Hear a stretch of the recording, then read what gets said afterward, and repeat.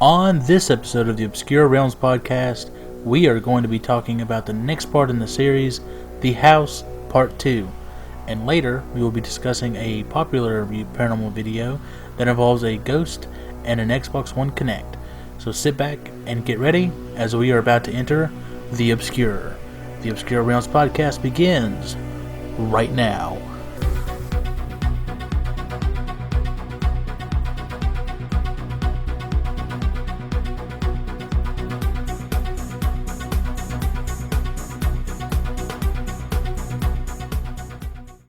Hello and welcome to episode 2 of the Obscure Realms podcast. I am your host, Will Kaler. Thanks so much for joining me today. Well, tonight I guess. I had a rough weekend and didn't get to upload earlier in the day like I wanted to, but no harm, no foul. Let's get this show started and right to our first segment. The House, Part 2, The Basement. So, about a month after my jarring experience with the dark silhouette in my parents' room, my sister and her husband were thinking of moving into the basement for more room. As it was, the basement was extremely large, with an open floor plan that was basically the size of the entire upstairs. On a side note, we had a dog. His name was Oscar, and he was a mix of a Great Pyrenees and a Saint Bernard. Oscar was very playful and very caring, not to mention highly intelligent. We had had him since he was a pup, and before we had moved into the house. Ever since we moved in, Oscar had become more of an outside dog, but would come in at night to sleep and relax. Most importantly, he would come in at night and lay in front of the door that led to the basement. Several nights, Oscar would be laying in front of the basement door and would suddenly stand up and begin growling. This dog never growled. He maybe growled a couple times when he was a puppy, but being older, he pretty much had a permanent grin on his face. After a moment of growling, he would loosen back up and lay back down again. Or he would walk away and lay in someone's lap. I swear, I think he thought he was a chihuahua, but he most certainly was not. Not even close. One night in particular that stuck with me all this time was that he came in like normal and laid on the couch beside me with his head on my leg. Suddenly, his ears raised, and then so did his head. He got up and kind of scoffed a bit as if he was annoyed that he had to get up. He went to the basement door, circled his spot, and flopped down, with his nose just inches from the door. After a few moments, I hear him growling. I lean my head around the corner and see him in a full attack stance, something I have never seen him do. I began to move toward him, and he looked at me and barked, as if to say, "Stay back." And his attention went back to the door. At that moment, I could have sworn I heard something on the steps beyond the door. And at that same time, Oscar whimpered and backed up, almost completely into the bathroom.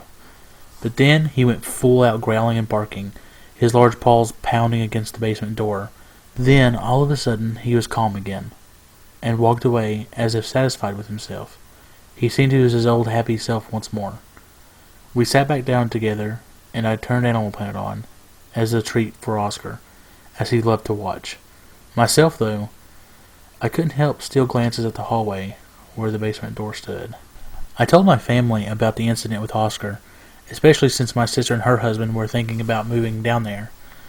They were startled, sure, but like many people, unless they experience it for themselves, they don't fully understand. So they went through with the move into the basement. It took them all day to move a bed, couch, chair, a TV, and a dresser into the basement. When you open the door, you must walk down a single flight of 13 steps. At the bottom, you are standing at the front end wall, and must go either left or right to see the full size of the basement. On the left side, it is completely open, with a large living space. There's a cabinet on the left side wall, but the rest is open. On the right side, however, there's a shelf that sits against the front end wall, and the water heater and air unit sits out from the right side wall. On the back wall, you have the washer and dryer on the right, and in the right corner is a creepy half-walled off shower, for particularly no reason.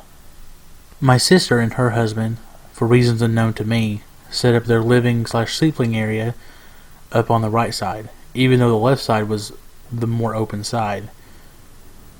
Over the next couple of days, you could tell they were regretting their decision.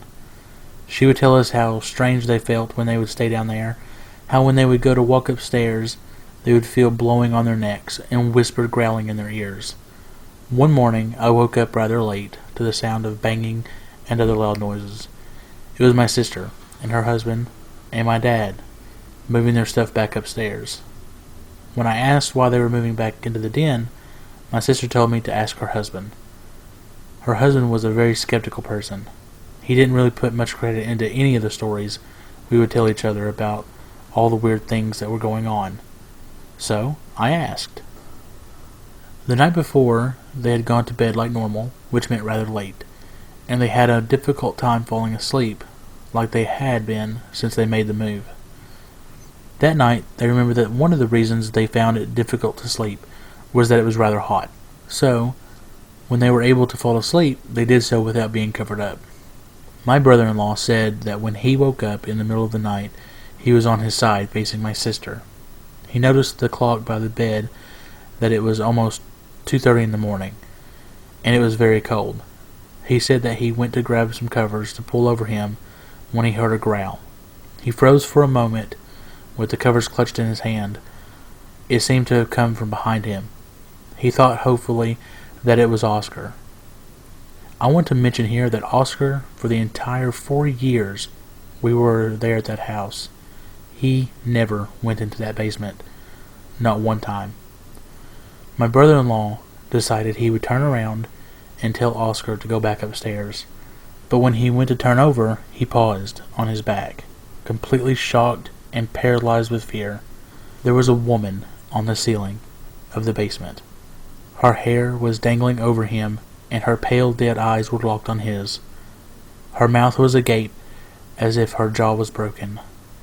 The woman's hands were clenching the wooden beams that stretched along the basement ceiling.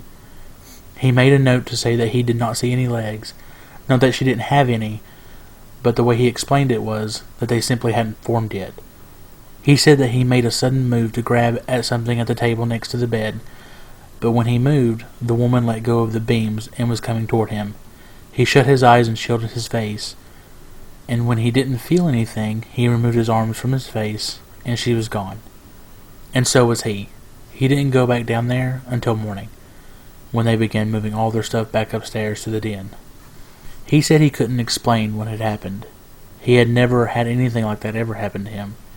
When asked if it could have been a dream, he seemed irritated that the question was even asked. From that point on, he was in all the conversations that was going on in the house when it came to the strange happenings. Alright.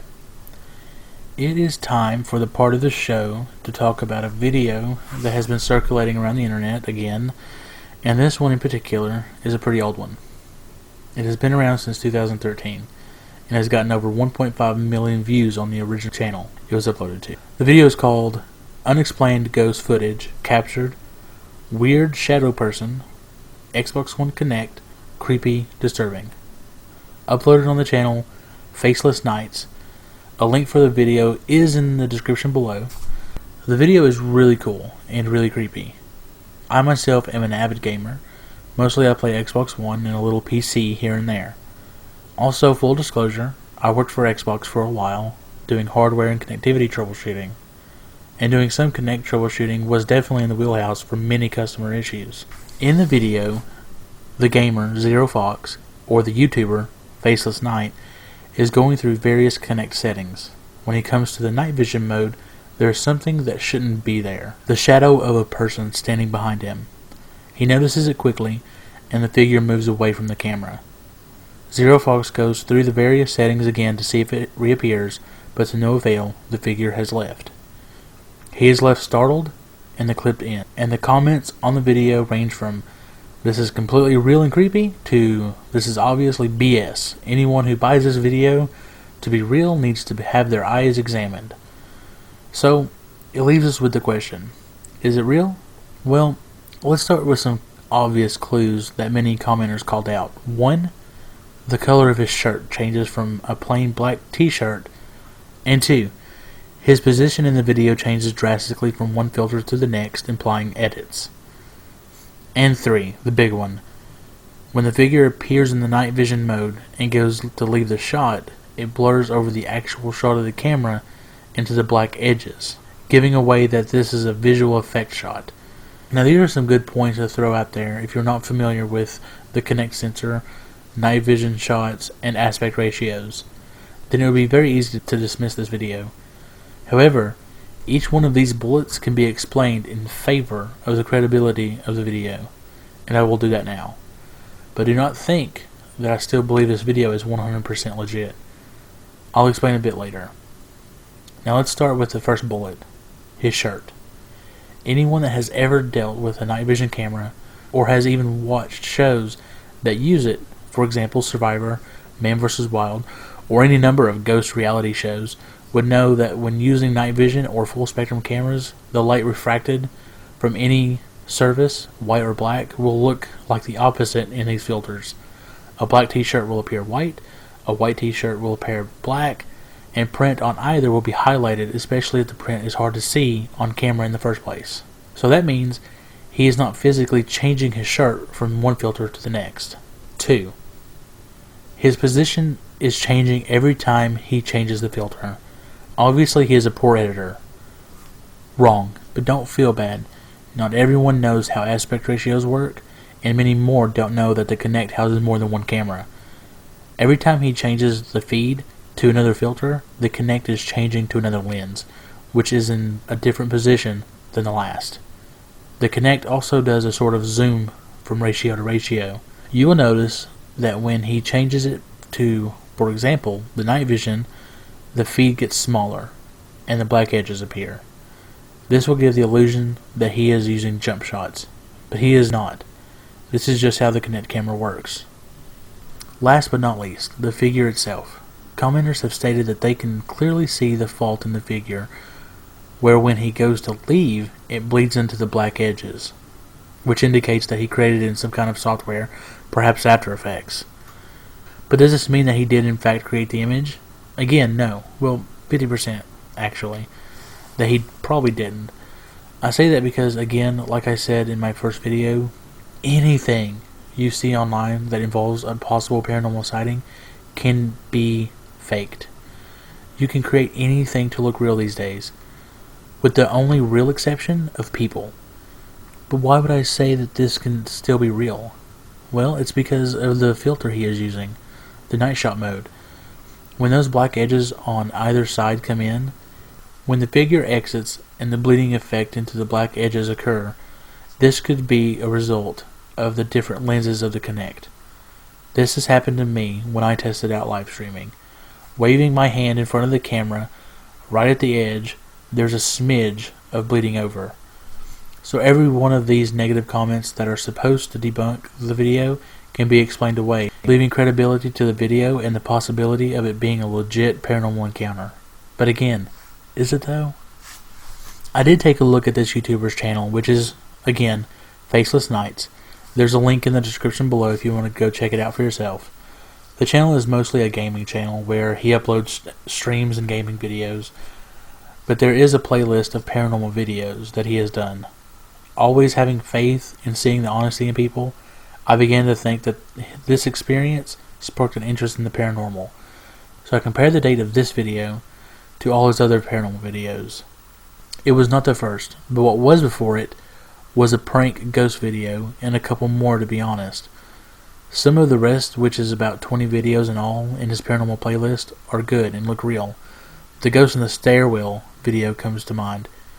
This raises some red flags, and even though I can argue in favor of the video's legitimacy, I am left to believe that this is most likely faked.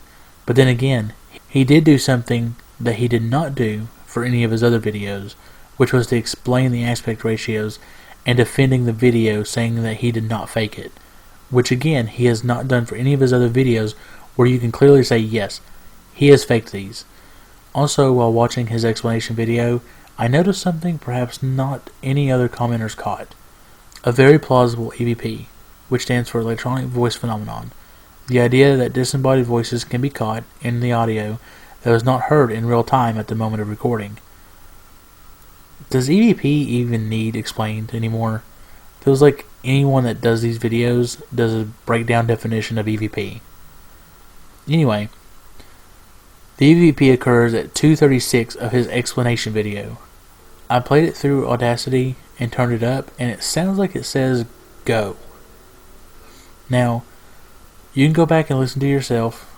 By all means, go and check out all these videos that are in the description and check them out for yourself, and comment below and let me know what you guys think.